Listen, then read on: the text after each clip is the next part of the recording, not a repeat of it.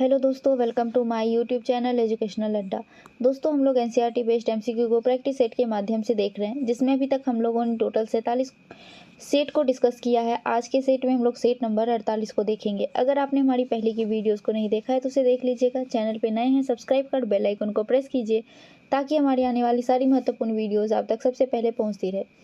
Guys, अगर video अच्छी लगे तो लाइक कीजिएगा, अपने दोस्तों में शेयर कीजिएगा, थोड़ा सपोर्ट कीजिए ताकि आपके लिए हम और भी अच्छी अच्छी वीडियोस ला सकें। तो चलिए स्टार्ट करते हैं। आज के सेट का पहला प्रश्न है, निम्नलिखित में से कौन भारत का पहला इलेक्ट्रिक वाहन शहर बन गया है? तो दोस्तों, भारत का पहला इलेक्ट्रिक वाहन शहर केवड़िया गुजरात का बन गया है। कौन सा? केवड़िया शहर बन गया है, जो कि गुजरात में स्थित है। यहाँ सिर्फ इलेक्ट्रिक वाहन ही चलेगी, यानी कि बैटरी आधारित वाहन ही चलेंगी। तो इसका सही आंसर ऑप्शन नंबर डी हो जाएगा। अगला प्रश्न है, कोरियोलिस बल के संबंध में इनमें से कौन से कथन गलत हैं? पूछ रहा है कौन सा कथन गलत है। तो चलिए देखते हैं। यह वायुमंडलीय दाब में अंतर के कारण उत्पन्न होता है। तो ये पहला ही स्टेटमेंट जो है वो गलत है। पहला ही ऑप्शन गलत दिया हुआ है, क्योंकि दोस्तों कोरियोलिस बल पृथ्वी के घूर्णन के कारण उत्पन्न होता है, ना कि वायुमंडलीय दाब में अंतर की वजह से। तो पहला ही गलत है। कोरियोलिस बल को हम लोग आभासी बल करके भी जानते हैं। दूसरा है, यह अक्षांश के कोण के अनुक्रमानुपाती होता है। तो सही है। यह ध्रुवों पर अधिक होता है और विषुवत रेखा यानी भूमध्य रेखा पर नहीं होता है। तो दूसरे में है, तीसरे में है भूमध्य रेखा ध्रुवों पर अधिक है, और चौथे में है भूमध्य रेखा पर नहीं होता है। तो ये तीनों जो है ऑप्शन सही है, पहला जो है वो गलत है। तो इसका सही आंसर ऑप्शन नंबर ए हो जाएगा। अगला प्रश्न है, इनमें से कौन सा भारतीय राज्य 3 देशों से सीमा साझा नहीं करता है? तो दोस्तों, कौन सा ऐसा ऑप्शन है जो कि 3 देश यानी अंतर्राष्ट्रीय सीमा 3 देशों के साथ साझा नहीं करता? तो वो हो जाएगा असम। असम जो है दोस्तों, यह बांग्लादेश और भूटान के साथ सिर्फ सीमा साझा करता है, यानी कि 2 देशों के साथ सीमा साझा करता है।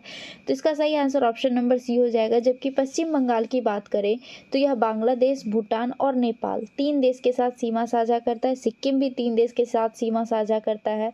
वो कौन कौन सा देश है? तो वो है चीन, भूटान और नेपाल। अरुणाचल प्रदेश चीन, भूटान और म्यांमार के साथ सीमा साझा करता है।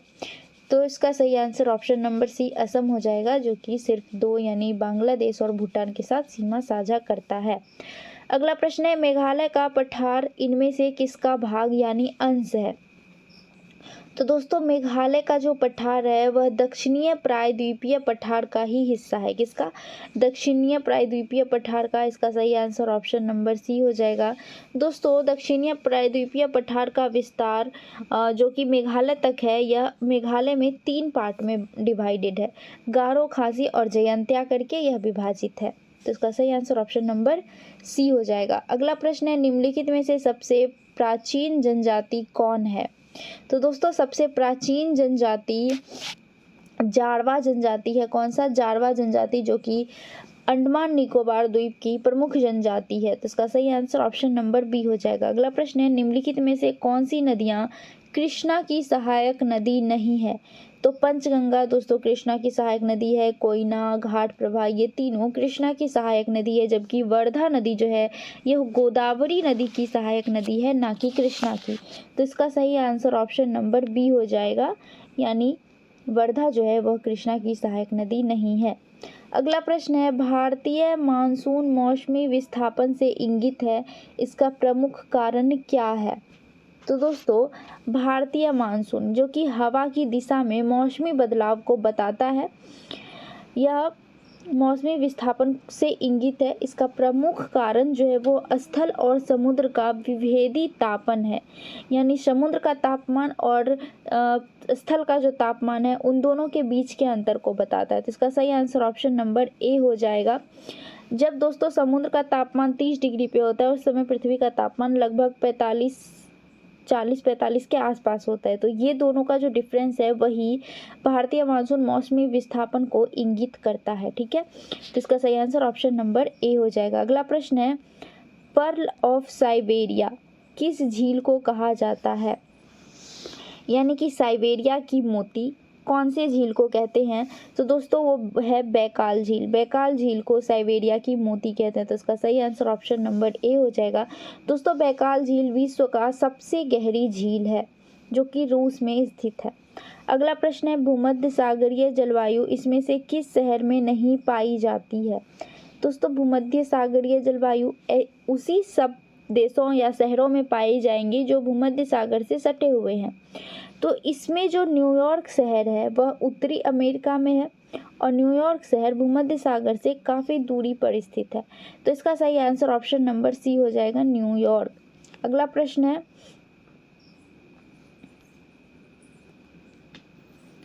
The man who divided India पुस्तक के लेखक कौन है? दोस्तों the man who divided India पुस्तक के लेखक रफीक जकारिया है। कौन है? रफीक जकारिया। तो इसका सही आंसर ऑप्शन नंबर बी हो जाएगा। अगला प्रश्न है किसने कहा था यदि भगवान अस्पृश्यता को सहन करते हैं तो मैं उन्हें कभी भगवान नहीं मानूंगा? यानी कि उनका ये कहना था कि अगर भगवान छुआछूत को सह रहे हैं, उनको बढ़ावा दे रहे हैं, तो मैं उनको भगवान नहीं मानता। ये कथन बाल गंगाधर तिलक का है। तो इसका सही आंसर ऑप्शन नंबर सी हो जाएगा। बाल गंगाधर तिलक जी ने कहा था कि यदि भगवान अस्पृश्यता को सहन करते हैं तो मैं उन्हें कभी भी भगवान नहीं मानूंगा। यानी उन्होंने अस्पृश्यता का खंडन किया था, यानी उनको सपोर्ट नहीं किया था। अगला प्रश्न है जयप्रकाश नारायण को राष्ट्रीय स्तर के नेता की पहचान किस संदर्भ में मिली थी?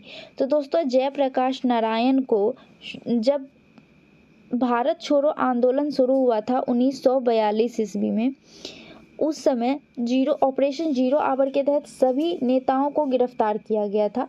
उसी में जयप्रकाश नारायण को भी गिरफ्तार किया गया और उन्हें हजारीबाग जेल में कैद किया गया।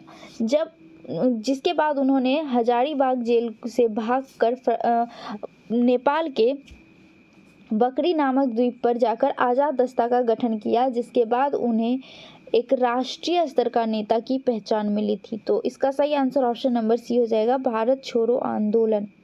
अगला प्रश्न है अमर नायक प्रणाली किसकी राजनीतिक खोज थी? तो दोस्तों अमर नायक प्रणाली यह विजयनगर की खोज थी। इसका सही आंसर ऑप्शन नंबर डी हो जाएगा, विजयनगर। दोस्तों इस प्रणाली में सैन्य कमांडर को अमर नायक कहा गया है। विजयनगर की स्थापना 18 अप्रैल 1336 ईस्वी में हरिहर और बुक्का नामक दो भाइयों ने किया था। विजयनगर की राजधानी कहाँ है? जल्दी से आप लोग कमेंट करके बताइए कि विजयनगर की राजधानी कहाँ है। अगला प्रश्न है भारत में सूफियों का आगमन किस शताब्दी में हुआ है? तो दोस्तों सूफियों का आगमन भारत में 10वीं से 11वीं शताब्दी के बीच में हुआ। तो इसका सही आंसर ऑप्शन नंबर बी हो जाएगा। अगर आपसे ये पूछे कि पहले सूफी कौन थे जो कि भारत आए थे, तो दोस्तों 10वीं और 11वीं सदी में पाकिस्तान और अफ़गानिस्तान का क्षेत्र भी भारत में ही सम्मिलित था। तो पहले सूफी शेख इस्माइल आए थे जो कि लाहौर के क्षेत्र में आए थे। तो इसका सही आंसर ऑप्शन नंबर बी हो जाएगा। लेकिन अगर ये पूछे कि सूफी संत का प्रचार प्रसार सबसे पहले किसने किया था, तो वो 1192 ईस्वी में ख्वाजा मुइनुद्दीन चिश्ती के द्वारा पहली बार सूफी का प्रचार प्रसार किया गया था। अगला प्रश्न है अलवार संत किसके उपासक थे? तो दोस्तों अलवार संत विष्णु के उपासक थे। किसके? विष्णु के उपासक। दक्षिण भारत में सबसे पहले भक्ति आंदोलन शुरू हुआ था, जिसमें संत जो थे वो दो भागों में विभाजित थे। एक तो अलवार संत थे, दूसरे नयननार। अलवार संत विष्णु को मानते थे और नयननार संत शिव को मानते थे। तो इसमें अलवार पूछा है तो अलवार संत का सही आंसर ऑप्शन नंबर डी हो जाएगा, विष्णु। अगला प्रश्न है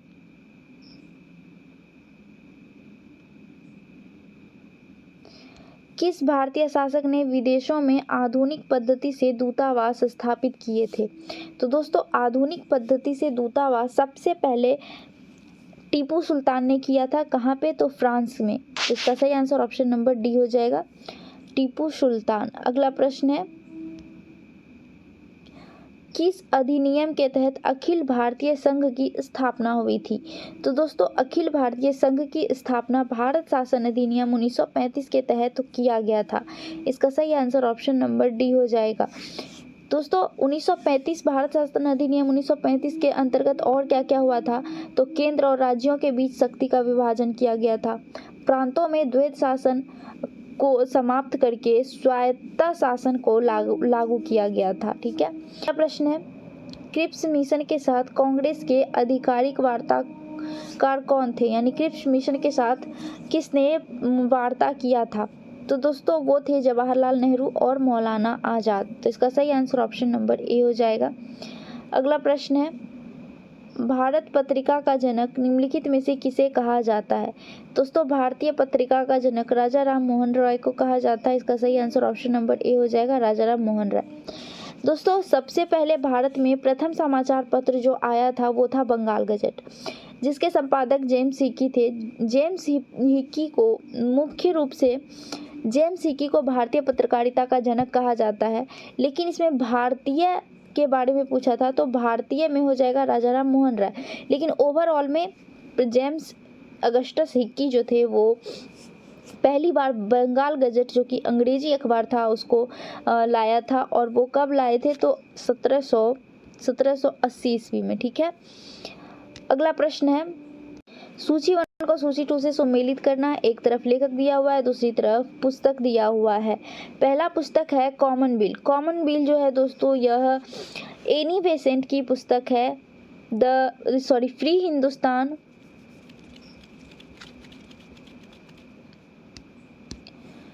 सूची 1 को सूची 2 से सम्मिलित करना। एक तरफ लेखक दिया हुआ है, दूसरी तरफ पुस्तक दिया हुआ है।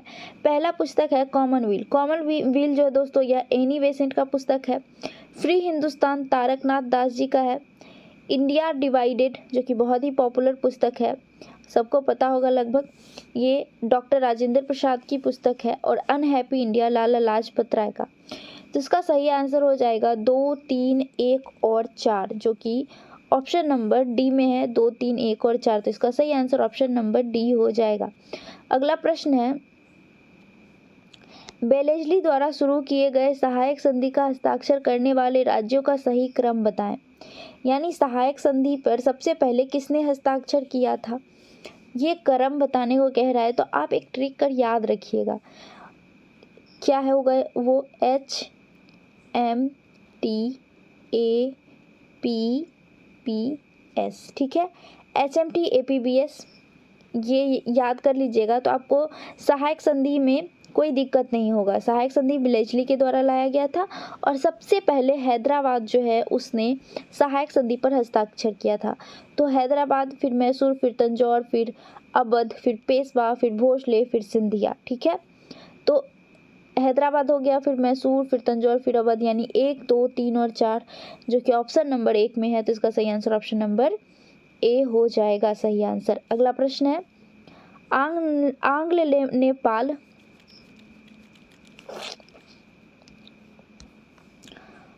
आंग्ल नेपाल युद्ध 1814 से 16 के बीच चली थी, इसके की संधि के तहत समाप्त हुआ था।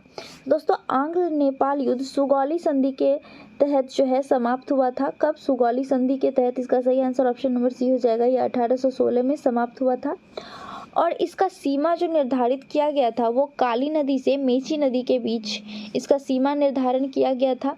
और दोस्तों यह नेपाल के गोरखा प्रमुख और ब्रिटिश भारतीय सरकार के बीच यह जो समझौता हुआ था सुगौली की संधि, उसके तहत आंग्ल नेपाल युद्ध को खत्म किया गया। तो इसका सही आंसर ऑप्शन नंबर सी हो जाएगा। डेट भी याद रखिएगा, डेट भी काफ़ी महत्वपूर्ण है। अगला प्रश्न है, सार्वजनिक निर्माण विभाग और लोक शिक्षा विभाग स्थापित करने का श्रेय किस गवर्नर जनरल को दिया जाता है? तो इसका सही आंसर ऑप्शन नंबर बी हो जाएगा, लॉर्ड डलहौजी। दोस्तों सार्वजनिक निर्माण विभाग यह 1854 ईस्वी में इसको स्थापित किया गया था, जबकि लोक शिक्षा विभाग को 1855 ईस्वी में स्थापित किया गया था। कब? 1855 ईस्वी में। ये किसके द्वारा? लॉर्ड डलहौजी के द्वारा किया गया था।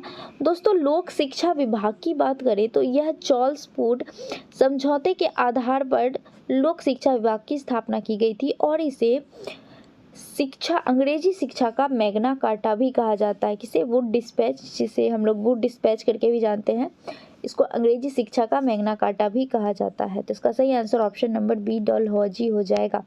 अगला प्रश्न है, अफगानिस्तान का हेलमंद प्रांत किसकी खेती के लिए प्रसिद्ध है?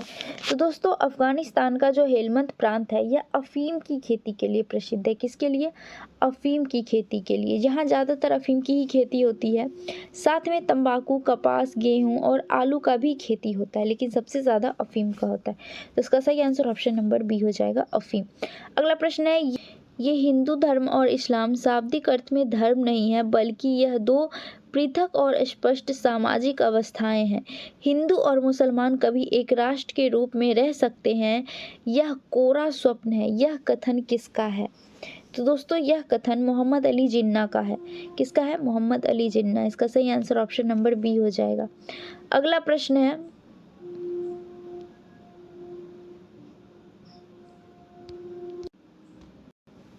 समुद्रगुप्त के प्रयाग प्रशस्ति वाले स्तंभ पर निम्नलिखित में से किसका लेख मिलता है? तो दोस्तों समुद्रगुप्त के प्रयाग प्रशस्ति अभिलेख पर जहांगीर का लेख मिलता है। तो इसका सही आंसर ऑप्शन नंबर ए हो जाएगा, जहांगीर। समुद्रगुप्त का जो प्रयाग प्रशस्ति स्तंभ अभिलेख है इसको किसने लिखवाया था? तो दोस्तों समुद्रगुप्त का राज दरबारी हरिसेन ने प्रयाग प्रशस्ति स्तंभ लेख को लिखवाया था। अगला प्रश्न है, निम्नलिखित घटनाक्रम को सबसे पहले शुरू कर कालानुक्रम में सजाएं। गुरु गोविंद सिंह की मृत्यु, दोस्तों गुरु गोविंद सिंह की मृत्यु 1708 ईस्वी में महाराष्ट्र के नांदेड़ में हुआ था। कंपनी का उत्तरी सरकार पर कब्जा यह 1858 में हुआ था। मीर कासिम का बंगाल बिहार से पलायन 1763 ईस्वी में हुआ था। अहमद शाह अब्दाली का आक्रमण 1748 ईस्वी में पहली बार हुआ था। 1748 से 1767 के बीच उन्होंने लगभग 8 बार आक्रमण किया था, लेकिन सबसे पहले 1748 में किया था। तो इसका सही जो कालानुक्रम हो जाएगा वो हो जाएगा गुरु गोविंद सिंह की मृत्यु, यानी 1, फिर 4, फिर 3 और फिर 2। तो इसका सही आंसर ऑप्शन नंबर डी हो जाएगा। अगला प्रश्न है, निम्न में सेबी से संबंधित कौन से कथन सत्य हैं? सेबी से पूछ रहा है। सेबी की स्थापना 12 अप्रैल 1988 ईस्वी को हुई थी, जो कि सही है। 30 जनवरी 1992 को इसे संवैधानिक दर्जा प्राप्त हुआ, ये भी सही है। इसका हेडक्वार्टर यानी सेबी का जो हेडक्वार्टर है वह मुंबई में है, सही है। यह शेयर बाजार को नियंत्रित और विनियमित करने वाली संस्था है, तो ये भी सही है। इसका जो सही आंसर हो जाएगा वो ऑप्शन नंबर डी हो जाएगा। 1, 2, 3 और 4 सभी के सभी जो है सही है। अगला प्रश्न है, भारत में राजकोषीय नीति का आरंभ कब से माना जाता है? दोस्तों भारत में राजकोषीय नीति का आरंभ 1936 ईस्वी में माना जाता है। इसका सही आंसर ऑप्शन नंबर सी हो जाएगा। राजकोषीय होता क्या है? राजकोषीय नीति होता क्या है? तो सरकार की राजस्व और व्यय से संबंधित होता है। अगला प्रश्न है,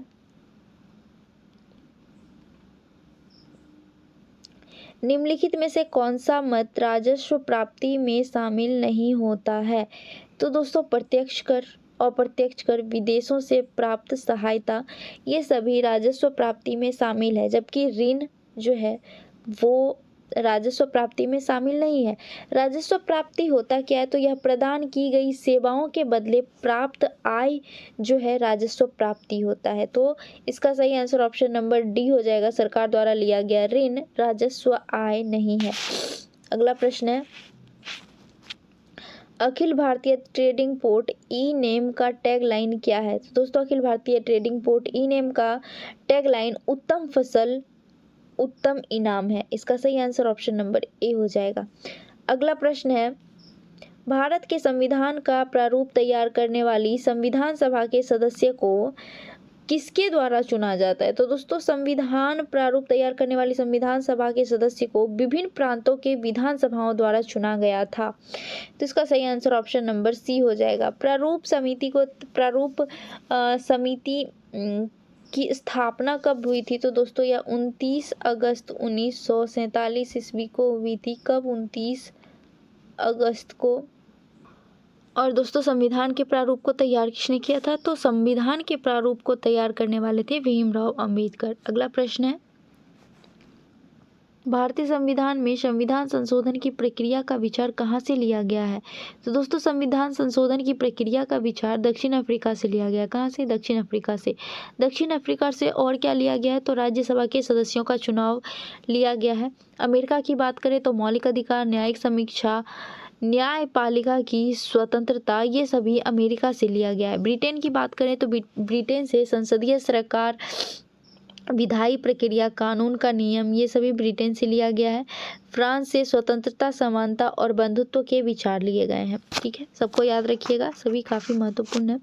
अगला प्रश्न है, मौलिक अधिकारों का हनन होने पर अनुच्छेद 32 तथा अनुच्छेद 226 के तहत जारी होने वाली रीट निम्नलिखित में से कौन है? तो अनुच्छेद 32 के तहत सुप्रीम कोर्ट रीट जारी करता है और अनुच्छेद 226 के तहत हाई कोर्ट रीट जारी करता है। दोस्तों ये रीट जो है, ये 5 प्रकार की रीटें होती हैं, जिसमें बंदी प्रत्यक्षीकरण, परमादेश, प्रतिषेध, उत्प्रेरण और अधिकार परीक्षा आता है। तो इसका सही आंसर ऑप्शन नंबर सी हो जाएगा, बंदी प्रत्यक्षीकरण, परमादेश, प्रतिषेध, उत्प्रेषण और अधिकार परीक्षा, ये सभी जो है 5 प्रकार की रीट है। दोस्तों मौलिक अधिकार को यानी कि आर्टिकल 32 को संविधान की आत्मा किसने कहा था? तो दोस्तों संविधान की आत्मा भीमराव अंबेडकर ने अनुच्छेद 32 को कहा था। अगला प्रश्न है, कौन सा परमाणु ऊर्जा संयंत्र तथा उनकी अवस्थिति का विकल्प सही नहीं है? तो कोटा राजस्थान में है, बिल्कुल सही है। तारापुर महाराष्ट्र में है, नरोरा उत्तर प्रदेश में है। काकरापारा ये कर्नाटक में नहीं है दोस्तों, काकरापारा जो है यह गुजरात में है। कहाँ पे है? गुजरात में। तो इसका सही आंसर ऑप्शन नंबर सी हो जाएगा। अगला प्रश्न है, इसमें से कौन सा बंदरगाह प्राकृतिक नहीं है यानी कि कृत्रिम यानी मानव निर्मित है? तो वो हो जाएगा कांडला बंदरगाह। दोस्तों कांडला बंदरगाह जो कि गुजरात में स्थित है, यह प्राकृतिक नहीं कृत्रिम है। कांडला बंदरगाह का निर्माण कराची बंदरगाह जब पाकिस्तान में चला गया था, तो उसी कराची बंदरगाह की भरपाई करने के लिए इस कांडला बंदरगाह का निर्माण कराया गया था। तो इसका सही आंसर ऑप्शन नंबर ए हो जाएगा। अगला प्रश्न है, कोलाइडी विलयनों का शुद्धिकरण निम्नलिखित में से किस विधि द्वारा नहीं किया जा सकता है? तो इसका सही आंसर ऑप्शन नंबर डी हो जाएगा, इलेक्ट्रोलिसिस के द्वारा कोलाइडी विलयनों का शुद्धिकरण नहीं किया जा सकता। अगला प्रश्न है, जंतु विज्ञान की वह शाखा जिसके अंतर्गत सरीसृप का अध्ययन किया जाता है क्या कहलाता है? तो दोस्तों जंतु विज्ञान की वह शाखा जिसके अंतर्गत सरीसृपों का अध्ययन किया जाता है हर्पिटोलॉजी कहलाता है। क्या कहलाता है? हर्पिटोलॉजी। तो इसका सही आंसर ऑप्शन नंबर बी हो जाएगा। अगला प्रश्न है, कोशिका में किसकी मात्रा 80% से अधिक होती है? तो दोस्तों कोशिका में 80% से अधिक जल की मात्रा होती है। किसकी? जल की। मानव शरीर में 60% जल की मात्रा होती है। मानव शरीर जो बना है वो 60% जल से बना है। तो इसका सही आंसर ऑप्शन नंबर डी हो जाएगा। दोस्तों मानव शरीर कोशिका से बना है और कोशिका में 80% जल होने की वजह से हमारा शरीर में भी सबसे ज़्यादा जल ही पाया जाता है और वो होता है 60%। ठीक है। अगला प्रश्न है, निम्नलिखित में से किसके द्वारा पेनिसिलिन का उत्पादन संभव है? तो पेनिसिलिन जो है दोस्तों यह पेनिसिलियम नामक फंगस के द्वारा बना होता है। तो ये एक फफूंद है। इसका सही आंसर ऑप्शन नंबर सी हो जाएगा। दोस्तों फंगस से बना होता है पेनिसिलिन जो कि एक एंटीबायोटिक दवा होती है। अगला प्रश्न है, पौधे की किस भाग से केसर प्राप्त किया जाता है? तो दोस्तों केसर की प्राप्ति पौधे के जो पुष्प का वर्तिकाग्र और वर्तिका होता है उससे केसर प्राप्त किया जाता है। इसका सही आंसर ऑप्शन नंबर बी हो जाएगा। अगला प्रश्न है, कृत्रिम उपग्रह धरती से सुस्पष्ट रूप से ट्रैक किया जा सकता है? तो दोस्तों कृत्रिम उपग्रह को पृथ्वी से डॉपलर प्रभाव के द्वारा ट्रैक किया जाता है। डॉपलर प्रभाव जो है यह तरंगों की आवृत्ति के द्वारा काम करता है। तो तरंगों की आवृत्ति में जब बदलाव आते हैं तो समझ में आता है कि कृत्रिम उपग्रह किधर स्थित है। तो इसका प्रभाव डॉपलर प्रभाव के द्वारा किया जाता है। इसका सही आंसर ऑप्शन नंबर ए होगा। अगला प्रश्न है, मानव शरीर में रक्त की मात्रा शरीर के भार के लगभग कितनी प्रतिशत होती है? तो दोस्तों मानव शरीर में रक्त की मात्रा शरीर के भाग के लगभग 7 से 8% होती है। कितने? 7 से 8%। तो इसका सही आंसर ऑप्शन नंबर बी हो जाएगा। अब रक्त की बात करें तो दोस्तों रक्त में आरबीसी जो है वो 40 से 45% होता है। बाकी जो 55% है उसमें प्लाज्मा पाया जाता है, और उस प्लाज्मा में, उस 55% में लगभग 92% जो है वो जल होता है। तो इसका सही आंसर ऑप्शन बी हो जाएगा। आरबीसी का काम क्या होता है दोस्तों? तो आरबीसी का काम होता है हमारे पूरे शरीर में ऑक्सीजन का परिवहन करना। अगला प्रश्न है प्रेरकत्व का मात्रक क्या है? तो प्रेरकत्व का मात्रक हेनरी होता है। इसका सही आंसर ऑप्शन नंबर डी हो जाएगा। अगला प्रश्न है किसी विलयन में उपस्थित हाइड्रोजन आयन का सांद्रता ज्ञात करने के लिए कौन सा स्केल उपयोग किया जाता है? तो दोस्तों किसी भी हाइड्रोजन आयन की सांद्रता प्राप्त करने के लिए पीएच स्केल को यूज किया जाता है। इसका सही आंसर ऑप्शन नंबर डी हो जाएगा, पीएच स्केल। पीएच स्केल में जो है दोस्तों 0 से लेकर 7 और 7 से 14 तक जो है यह इंगित रहता है। 7 में जो है पीएच मान उदासीन होता है, लेकिन 7 से जितना नीचे 0 की तरफ बढ़ते जाएंगे अम्लीयता उतनी बढ़ती जाएगी, और 7 से 14 की तरफ जब हम बढ़ेंगे तो 7 से जितना ज़्यादा 14 की तरफ बढ़ते जाएंगे उतना ज़्यादा क्षारीयता भी बढ़ते जाएगा। ठीक है। अगला प्रश्न है किसी तत्व को पीट कर पतली चादर बनाया गया वह तत्व होगा। दोस्तों किसी भी तत्व को पीट कर जब हम पतली चादर बनाते हैं तो वो हम धातु को ही पीट के बनाते हैं। जैसे कि आप देखे होंगे एल्यूमिनियम फॉइल, जिसको हम लोग जिसमें खाना या रोटी वगैरह जो है फोल्ड करके ले जाते हैं, तो एल्यूमिनियम फॉइल जो है वो पीट कर उसकी पतली चादर बनाकर बनाया जाता है, तो वो धातु ही होता है। तो इसका सही आंसर ऑप्शन नंबर ए हो जाएगा। धातु हो गया, सोना हो गया, ये सब चीज़ को पीट कर जो बहुत पतली चादर बनाई जाती है। अगला प्रश्न है ध्वनि तरंगे गति करती है। तो दोस्तों ध्वनि तरंगे यह अनुदैर्ध्य तरंग के रूप में गति करती है, यानी तरंगों की दिशा के अनुदिश जो है ध्वनि तरंगे गति करती है। तो इसका सही आंसर ऑप्शन नंबर बी हो जाएगा, तरंगों की दिशा के अनुदिश। अगला प्रश्न है किसी भी स्थिर या गतिशील वस्तु की स्थिति एवं दिशा में तब तक कोई परिवर्तन नहीं होता जब तक उस पर कोई बल सक्रिय ना हो, यह नियम है। तो दोस्तों यह नियम न्यूटन के गति का प्रथम नियम है। इसका सही आंसर ऑप्शन नंबर ए हो जाएगा। न्यूटन के गति के प्रथम नियम को जड़त्व के नियम से भी जानते हैं। द्वितीय नियम को दोस्तों संवेग या त्वरण के नियम से जानते हैं, और तृतीय नियम जो कि कहता है कि हर क्रिया के प्रति विपरीत प्रतिक्रिया होगी। अगला प्रश्न है डायनेमो एक ट्रांजिस्टर में टर्मिनल छोर होते हैं क्रमशः। तो दोस्तों डायनेमो या ट्रांजिस्टर में छोर जो होता है वो 2 या फिर 3 होता है। तो इसका सही आंसर ऑप्शन नंबर डी हो जाएगा, 2 एवं 3। अगला प्रश्न और आज के सेशन का लास्ट प्रश्न है। वीडियो कैसी लगी जरूर बताइएगा। प्रश्न है उत्प्लावन बल किस पर निर्भर करता है? दोस्तों उत्प्लावन बल तरल पदार्थ के घनत्व पर निर्भर करता है, यानी जब कोई वस्तु को हम पानी में रखते हैं तो उसके घनत्व पर निर्भर करता है कि वो मतलब उसके द्वारा पानी के द्वारा जो लगाया गया बल होता है वही उत्प्लावन बल कहलाता है। तो विस्थापन द्रव के द्रव्यमान पर निर्भर करता है उत्प्लावन बल। तो इसका सही आंसर ऑप्शन नंबर डी हो जाएगा। तो दोस्तों हमारा आज का सेशन यहीं तक था। वीडियो कैसी लगी जरूर बताइएगा, अपने दोस्तों से शेयर कीजिए, थोड़ा सपोर्ट कीजिए दोस्तों। मिलते हैं नेक्स्ट सेशन में। जय हिंद।